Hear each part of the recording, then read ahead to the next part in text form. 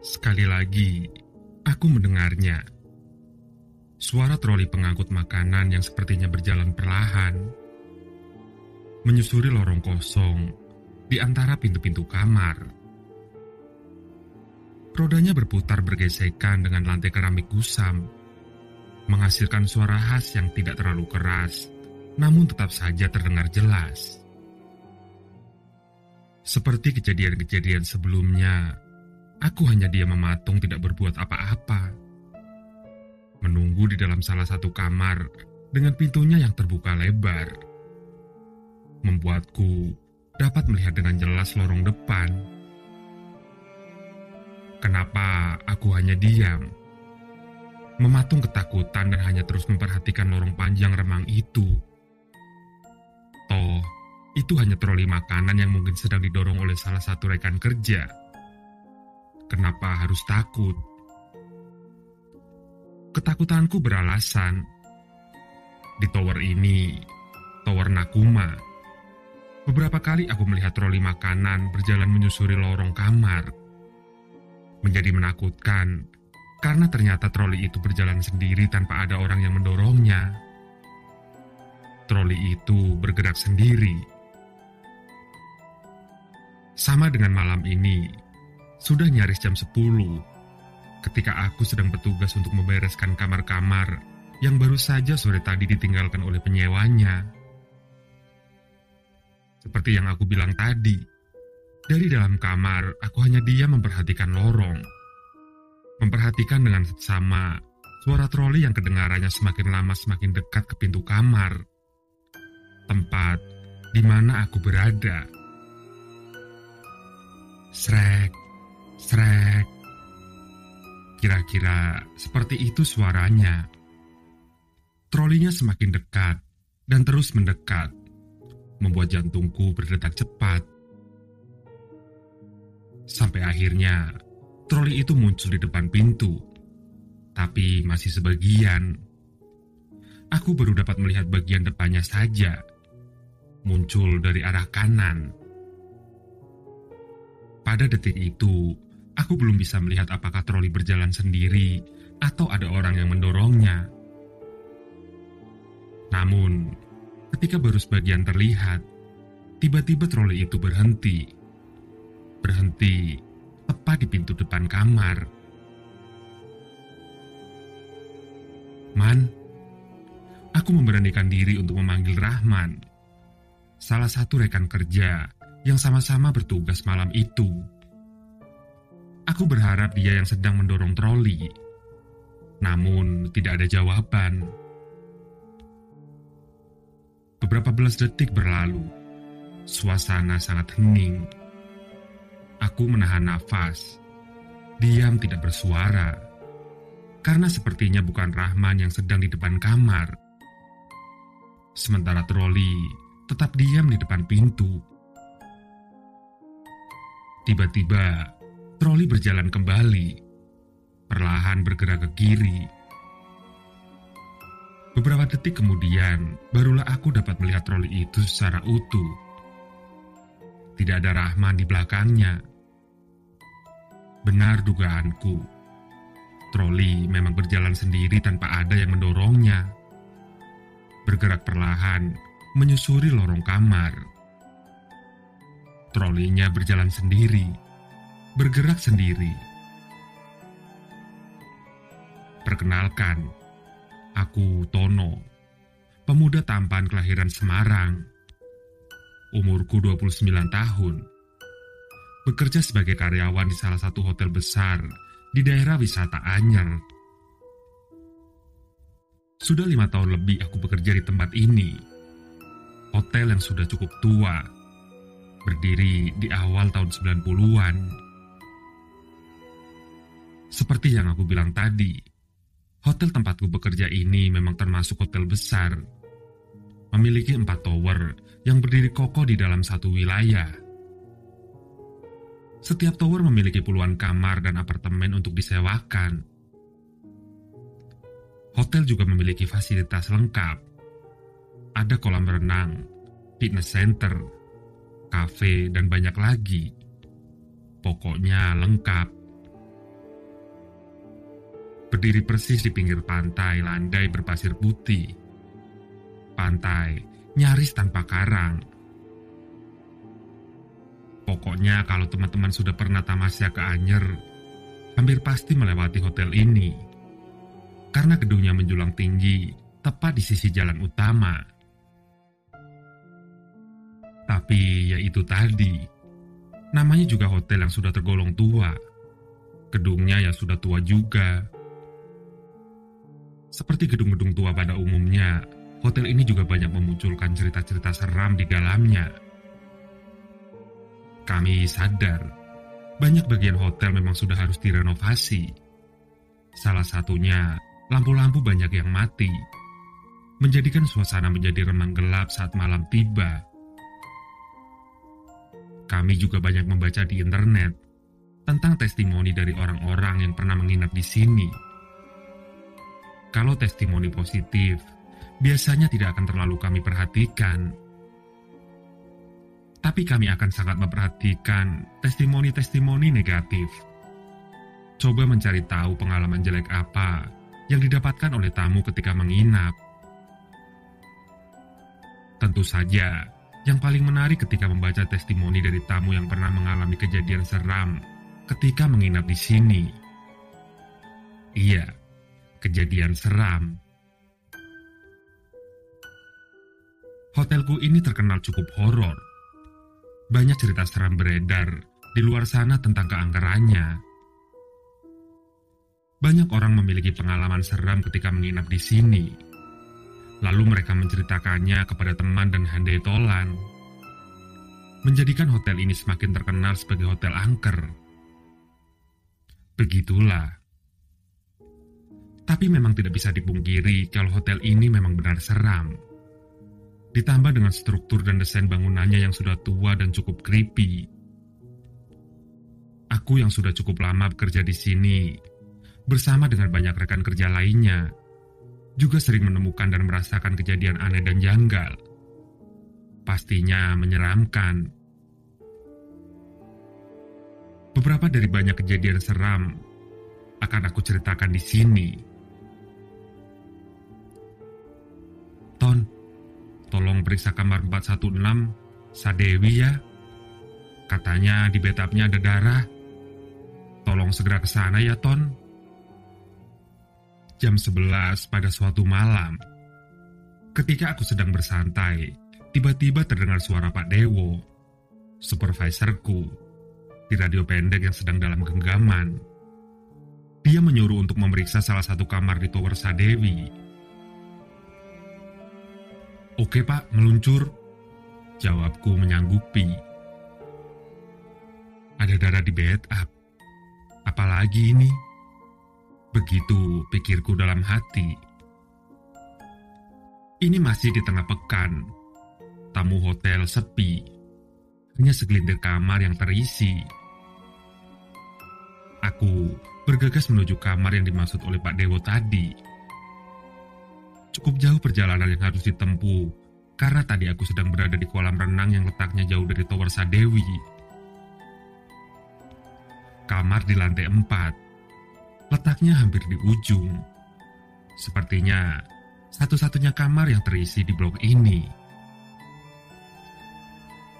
Sesampainya di depan pintu, aku mengetuknya. Tidak lama kemudian, pintu terbuka. Lalu muncul perempuan setengah baya berdiri dengan wajah ketakutan. Bathtub ada darahnya, Mas. Coba tolong diperiksa, kata ibu itu setelah mempersilahkan aku masuk. Kamar yang ibu tempati ini berbentuk seperti apartemen. Terdiri dari satu kamar tidur, ruang tengah, kamar mandi besar, dapur, dan juga ada teras yang langsung menghadap laut.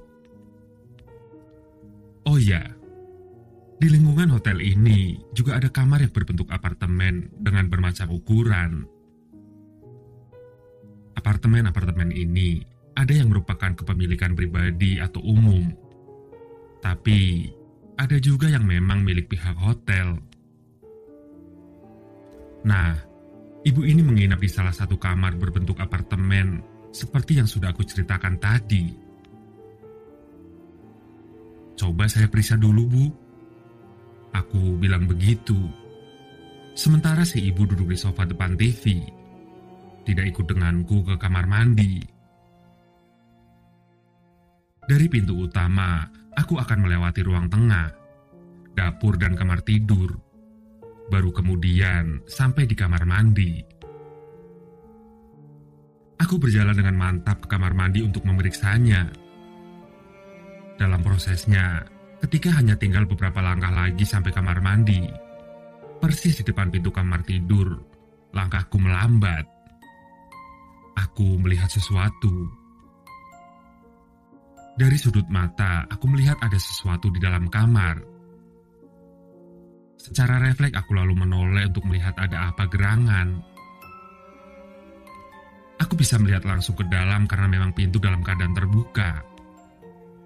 Ternyata ada satu perempuan lagi sedang berada di dalam kamar. Dia berdiri menghadap TV yang dalam keadaan mati. Perempuan ini lebih muda dari ibu yang pertama aku temui tadi. Berpakaian terusan panjang berwarna gelap. Badannya bergoyang perlahan ke kanan dan ke kiri karena ada bayi di dalam gendongannya. Dia sepertinya sedang mencoba menidurkan bayi tersebut. Bayi yang kelihatannya sudah tidur nyenyak karena tidak bersuara sama sekali. Ternyata ibu tadi tidak sendirian. Begitu pikirku dalam hati. Kemudian aku melanjutkan langkah menuju kamar mandi. Sesampainya di kamar mandi, aku langsung memeriksanya. Tidak ada keanehan. Lampu menyala terang. Lantai bersih dan kering. Handuk masih terlipat rapi di raknya. Tidak ada yang aneh. Bathtub terisi air setengahnya. Airnya bening dan bersih. Sama sekali tidak ada darah.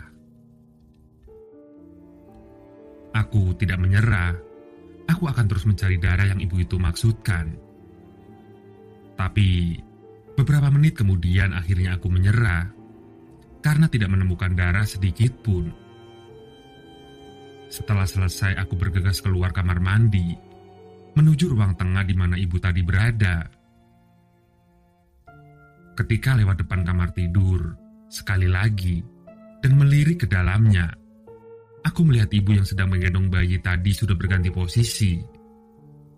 Kali ini dia duduk di pinggir tempat tidur menghadap pintu kamar. Beberapa saat lamanya kami bertatapan. Bersikap sopan, aku menunduk dan tersenyum dengan maksud memberikan gestur permisi. Ibu itu membalas tersenyum. Kemudian aku melanjutkan langkah. Sudah saya periksa, Bu. Kamar mandi bersih. Sama sekali tidak ada darah di bathtub. Airnya bening dan bersih. Ibu silakan periksa lagi, kataku kepada perempuan pertama ketika aku sudah sampai di ruang tengah. Mas, saya tadi mau mandi, bermaksud untuk mengisi bathtub sampai penuh. Tapi tiba-tiba airnya berubah menjadi merah darah, pekat dan berbau. Seram. Masa saya bohong sih, Mas? Begitu kata ibu itu dengan suara sedikit meninggi. Iya, Bu, saya sudah memeriksa seluruh sudutnya. Sama sekali tidak ada darah. Silakan Ibu periksa sekali lagi. Begitu ucapku. Lalu dia berdiri dan berjalan menuju kamar mandi, hendak memeriksa keadaannya. Tidak lama dia kembali. Iya ya, Mas. Kok bersih ya? Kenapa bisa berubah? Kok aneh? Dengan mimik keheranan, dia menceritakan apa yang dilihatnya di kamar mandi. Ya sudah, Mas, terima kasih. Nanti saya hubungi lagi kalau masih ada masalah. Begitu kata ibu itu akhirnya, masih dengan mimik keheranan. Aku lalu pamit meninggalkan kamar, kembali menuju ruangan tempat aku standby. Tapi sesampainya di ruangan, Ketika baru beberapa menit duduk hendak beristirahat, tiba-tiba melalui telepon Pak Dewo menyuruh untuk kembali ke kamar yang tadi lagi. "Ton, kamu yakin tadi memeriksa benar?" tanya Pak Dewo di ujung telepon. "Bener Pak, nggak ada darah sama sekali. Kamar mandi bersih," jawabku. "Ibu itu barusan komplain lagi. Ada darah lagi di bathtubnya. Kali ini dia minta pindah unit kamar saja katanya. Kamu kesana lagi ya, kasih kamar baru aja di lantai 3. Ambil kuncinya di resepsionis, terus antar ibu itu ke kamar barunya." Begitu kata Pak Dewo panjang lebar. "Oke Pak, meluncur," jawabku mengiyakan. Ada darah lagi. Aneh, padahal jelas-jelas tadi kamar mandinya bersih ketika aku memeriksanya. Tapi ya sudahlah, bagusnya ibu itu pindah kamar saja. Singkatnya, setelah mengambil kunci kamar baru, aku lalu berjalan menuju kamar 406 di mana ibu itu berada, untuk memberikan kunci dan mengantarkannya ke unit kamar yang baru. Sesampainya di kamar 406, sekali lagi aku meminta maaf atas ketidaknyamanan yang dia alami. "Ada darah lagi mas, mengucur dari keran ketika saya berendam, merah pekat dan berbau. Ini hotel gimana sih mas? Kok bisa kayak begini?" Begitu kata ibu itu dengan wajah yang nyaris menangis. "Sekali lagi kami mohon maaf bu. Mari saya antar ibu ke kamar yang baru." Begitu jawabku tanpa memberi penjelasan. Kemudian kami keluar kamar, menuju kamar yang baru di lantai 3. Ibu itu hanya berjalan sendirian, sementara aku di belakangnya membawa 2 tas besar milik si ibu. Tapi, bukannya tadi ada satu perempuan lagi dan bayinya? Dalam hati aku bertanya-tanya. Mungkin mereka sedang berada di luar kamar. Begitu kesimpulanku. Tapi karena rasa penasaran semakin menjadi-jadi, akhirnya aku bertanya. "Bu, ibu yang satu lagi kemana ya? Yang tadi di kamar sedang menggendong bayi?" tanyaku ketika kami sudah berada di depan pintu lift. "Mas, jangan nakutin ya. Jangan macem-macem mas. Saya di kamar sendirian sejak siang. Suami saya sedang dinas di luar hotel. Tadi nggak ada siapa-siapa di kamar selain saya." Begitu jawaban ibu itu. "Oh, maaf bu, maaf. Mungkin saya salah kamar. Karena sebelumnya saya memeriksa beberapa kamar juga." Begitu jawabku berbohong. Berarti siapa yang aku lihat tadi di dalam kamar sedang menggendong bayi? Lantai 4 sudah sangat sepi. Di depan lift hanya ada kami berdua. Kami hanya berdiam diri menunggu pintu lift terbuka. Sangat hening. Dalam proses menunggu itu, entah mengapa seperti ada yang mengarahkanku untuk memandang jauh ke ujung lorong sebelah kanan, tempat kamar 406 tadi berada. Lorong remang cenderung gelap karena beberapa lampunya sudah dalam keadaan mati. Ternyata, di ujung lorong aku melihat sesuatu. Ada sosok kelihatan namun tidak begitu jelas, berdiri diam sambil menggendong bayi. Sosok yang sepertinya sama dengan yang aku lihat di dalam kamar 406 tadi. Aku terus memandangnya. Lalu dia semakin lama semakin menyeramkan karena tubuhnya mulai bergoyang pelan seperti layaknya ibu yang sedang menidurkan bayinya. Sementara ibu yang sedang aku antar ini tetap diam menatap pintu lift. Pintu lift tidak juga kunjung terbuka, membuatku semakin gelisah ketakutan. Aku semakin ketakutan ketika melihat sosok yang sedang menggendong bayi itu terlihat mulai bergerak dari tempatnya berdiri di ujung lorong. berjalan perlahan mendekati lift tempat kami sedang berada. Sosok itu semakin dekat dan semakin mendekat. Semakin jelas aku melihat bentuk dan wajahnya di dalam remang cahaya lorong antara kamar. Kemudian, dia tersenyum. Senyuman yang aku sudah mengenalnya beberapa saat yang lalu. Sangat mengerikan. Syukurlah, pintu lift akhirnya terbuka. Buru-buru kami masuk ke dalamnya. "Mas, antar saya ke lobi saja. Di situ saya akan menunggu suami saya pulang," ucap ibu itu di dalam lift. "Loh, kenapa Bu?" tanyaku penasaran. "Serem Mas, saya nggak berani sendirian di kamar. Tadi saya juga lihat perempuan itu yang sedang berjalan di lorong sambil menggendong bayi. Itu bukan orang Mas, itu setan," kata ibu itu lagi dengan suara gemetar. Dalam perjalanan menuju lobi, kami diam tanpa perbincangan. Sama-sama ketakutan.